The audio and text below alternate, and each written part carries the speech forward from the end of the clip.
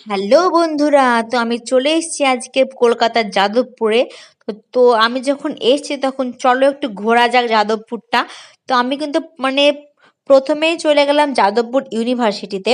তো ওখানে কিন্তু গেট নাম্বার 2-এর পাশে ছিলাম। তারপরে দেখলাম ওখানে অনেকগুলি সারি সারি দোকান ছিল সব রকমেরই।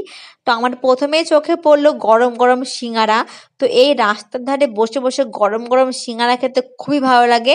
কিন্তু এই দোকানটার ভেজিটেবিল চপটা আমি ট্রাই করলাম, কিন্তু আমার ভালো লাগেনি একটুও। তারপরে চলে গেলাম আমরা এখানকার মাছের বাজারে। তো এখানকার অনেক রকমেরই মাছ পাওয়া যায় এখানে। আমরা মাছ নিয়ে নিয়েছি। তারপরে আমার সব থেকে ফেভারেট মিয়মোরের এই কেকটা আমার এত ভালো লাগে, আমি এটাকে এত মিস করেছি হায়দ্রাবাদে যে কি বলবো। তো তোমাদের এই কেকটা কার কার ভালো লাগে আমাকে অবশ্যই কমেন্ট করে জানিও।